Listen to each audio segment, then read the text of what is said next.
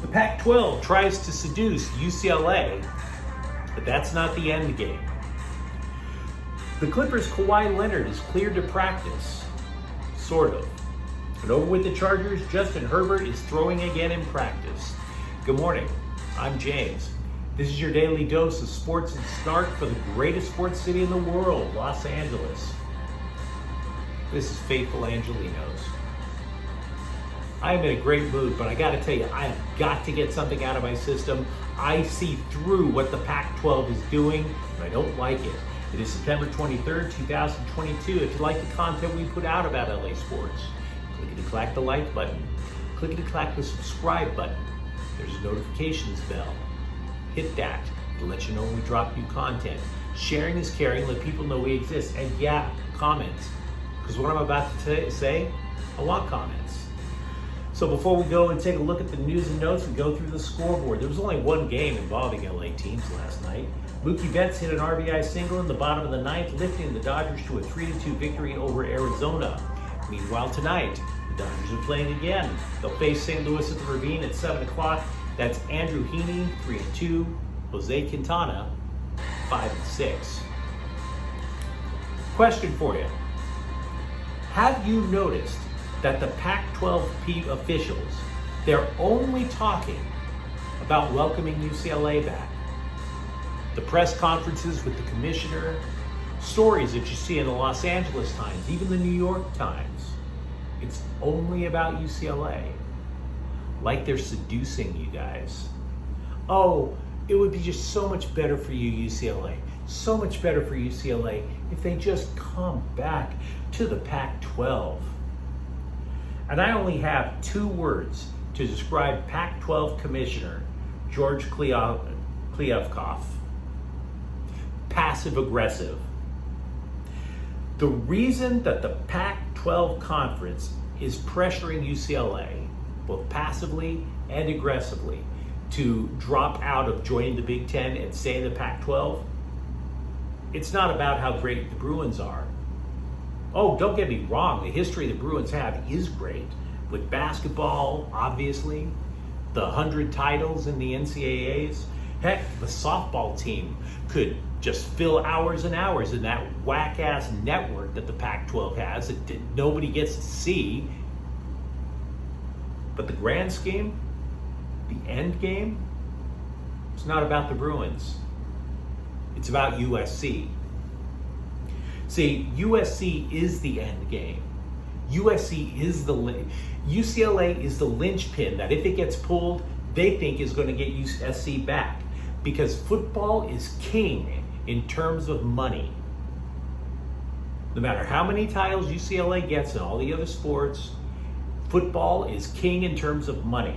And that is the Pac-12 endgame. So pressuring UCLA to give up, whether it's by begging and pleading on one side of the face, and on the second side, this two-faced approach, pressuring the regents of the UC system and the governor to try to force UCLA's hand. If they pressure UCLA to give up, theoretically, it pulls the rug out from under USC. See, even number of schools in the conference so that there's an even number of games, nobody gets out, nobody gets lost. Getting UCLA to come back likely gets the Trojans back. See, UCLA, unfortunately, for all your history, in this case, when it comes to the money, you guys are literally like the second hottest chick in the nightclub, but your bestie is Paige Spiranak. See, but the Pac-12, they can try to control you guys. They can't control USC. USC is a private school. And USC is sitting there looking at all the money that they and you guys have been losing as part of the Pac-12 network. And they're saying to themselves, we rebuilt the Coliseum, ripped out every seat, put in brand new stuff, put in luxury boxes, new scoreboards. We paid through the nose for all of that on our own dime. And what's our reward for it? Being put on at 8 o'clock at night on a Saturday when everybody's going to sleep or going out at night. Why do they want to do that? They would rightfully tell the Pac-12 to go kiss their cardinal butts. But What the Pac-12 can do is pressure politicians and bureaucrats in a public school system. That is why the Pac-12 conference sent a letter to the UC Board of Regents earlier this week. 3 pages long, and it claimed, get this, it claimed that moving UCLA to the Big Ten is wrong because it jeopardizes student health because of being in a plane. Only if the plane crashes, pal. That would jeopardize their health. That part we would agree. But other than that, you're pulling excuses out of your ass. They are even claiming that UCLA will lose money. This is a school that was over $100 million in debt, and that is in no small part to the mismanagement of the Pac-12 conference. They all know that. And so just because they have to pay for plane tickets doesn't mean that they are going to be in the hole any worse than the $100 million that they were in. Now the Regents met Thursday, by the way. We'll get to that in a moment. UCLA Athletics, which from what I understand does not use public money to function. They were $100 million in debt. They've managed to get it down to $35.3 million. And Kliokov is trying to claim that your frequent flyer mileage at UCLA will never kick in. It's a flim-flam argument. It's crap. You're being used. And again, they were part of the reason that you guys wound up in that much debt in the first place. See, the Pac-12 cannot fulfill any promise to help UCLA's financial peril. The Pac-12, did you notice UCLA couldn't fill the Rose Bowl? Everybody did. Do you think the Pac-12 is going to fill the Rose Bowl? Of course they're not. But if half of Nebraska flew to Dublin to watch mediocre football, if they flew all the way to Ireland to watch their beloved Cornhuskers, rest assured, Nebraska and the rest of the Big Ten will fill the Rose Bowl. That would help out immensely.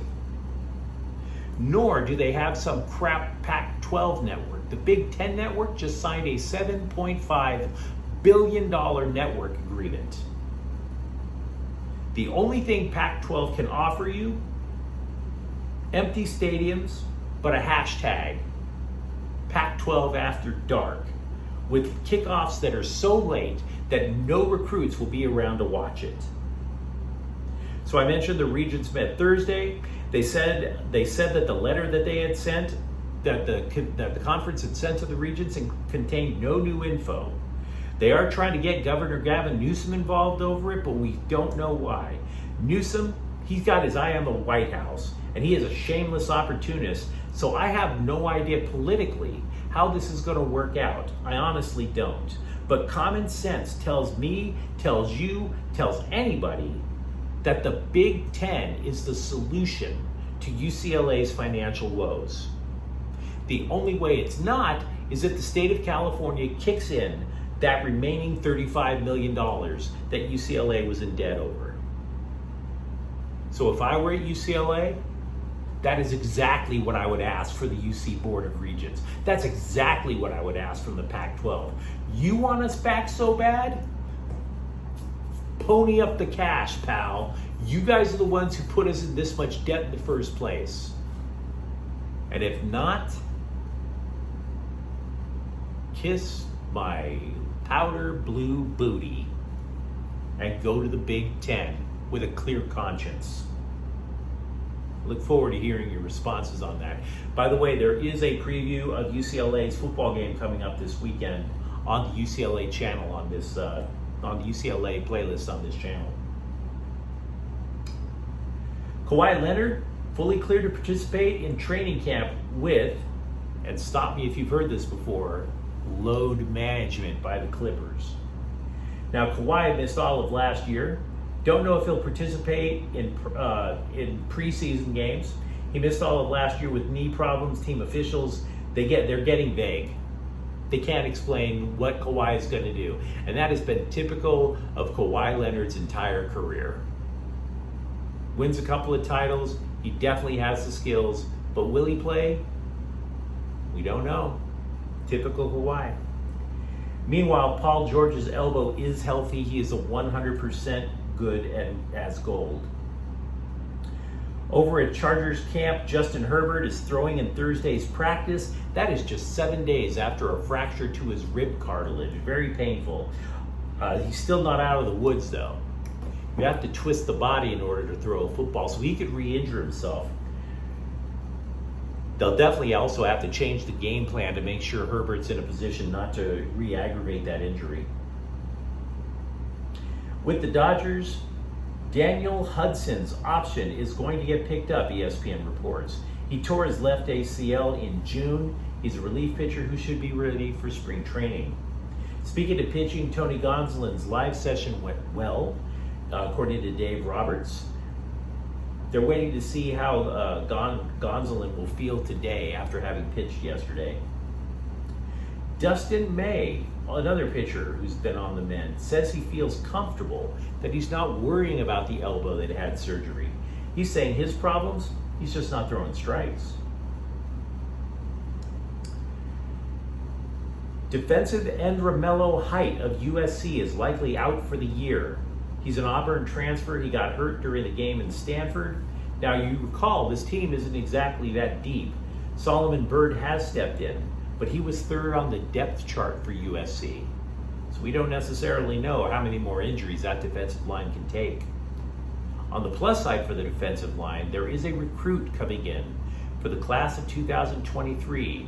Dejan Lafitte is a 3-star recruit, the number 150 defensive prospect in the country. He plays for Colony High School in Ontario. He's been in 4 games this year, has 3 sacks, 23 tackles. So he's very productive.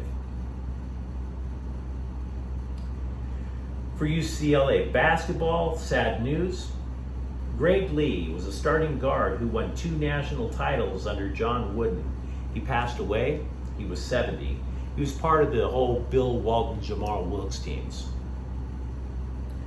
Meanwhile, with the Rams, running back Malcolm Brown is back. He had spent a year in Miami. The Rams are making a bunch of minor roster moves this week. Trey Regos, he was waived to make room for Brown.